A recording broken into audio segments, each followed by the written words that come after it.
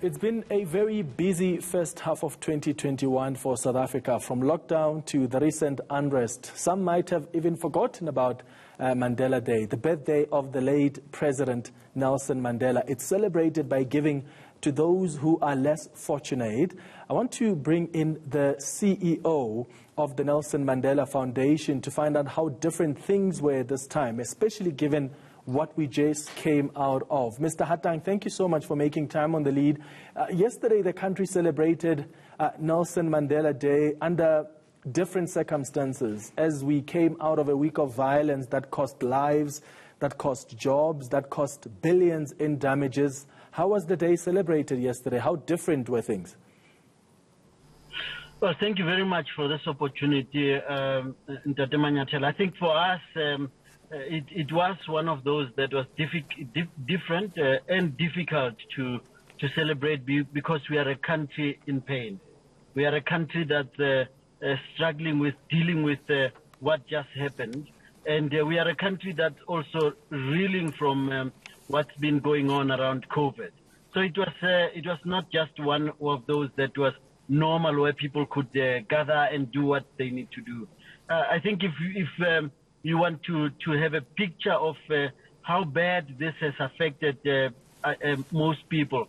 We've just come out, as I told you, of that we went to an orphanage to do Mandela Day activation here in Roodepoort. And it was unbelievable what just happened, that the lady who runs it told us that usually they would get food from Maponya Mall. Now it's gone dry. And for the whole of last week, they were not getting anything. Now, these are kids who then depend wholly on that kind of gifting. And I think the impact will be felt for many, many months to come. Yeah. What lessons can we draw from Madiba's legacy as the country goes through this difficult periods and as government charts the way forward? I think a few lessons. One is to be decisive in taking action when we see that things are getting out of hand. Madiba never hesitated to just do what he thought was right. Yes, he would consult, but he would be decisive about what needs to be done. But the second thing, we need to also just be not always expecting government, not always be expecting the president to be the one who leads us. I mean, I've been giving this example over and over that if people say to their fellow community members, stop, don't do this thing. We've seen many examples in 7 provinces where people stopped from looting. And I think those people are just as poor. They also need the stuff that people from the 2 provinces, Gauteng and KZN, stole, yet they didn't do it. The third one, I think, is a collaboration, that we need to be collaborating more as society. When we see that there's a loophole, it doesn't mean that we should then be playing the blame game. It's Clement who did this. It's Cyril who did this. Instead, it should be, how can we correct it? And then we can then want accountability later. Yeah. And I think, which is the last point about Parliament, that it now needs to come out transparently to say what actually happened. What do you say to people, Mr. Hatang, who probably didn't feel there's something they could do yesterday, given the circumstances, COVID-19, the limitations around movement, but also, as I said earlier, we've just come out of the deadliest violence and chaos in democratic South Africa.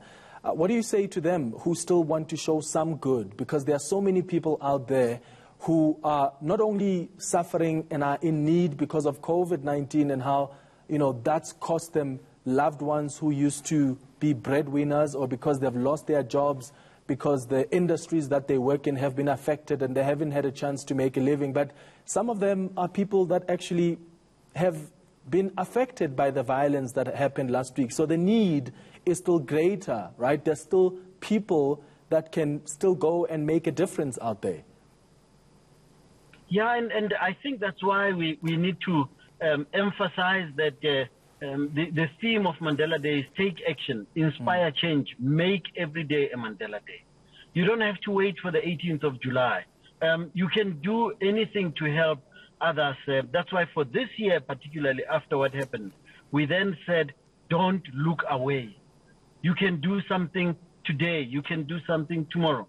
There are people who've been everyday heroes around our country who don't wait for Mandela Day, who do these things every day. And I think if we are to adopt that kind of spirit, that we can do something in our own corner, we'll be responding to that call that Madiba said, that in every corner that you have, whatever station of life you have, whether it be that you're changing sheets, do it so well that patients get better. That when you clean floors, clean them so well that the environment is a healing environment. And I think if we are to think like that, it means that we'll be building a country that doesn't poison its future, but actually helps to heal it.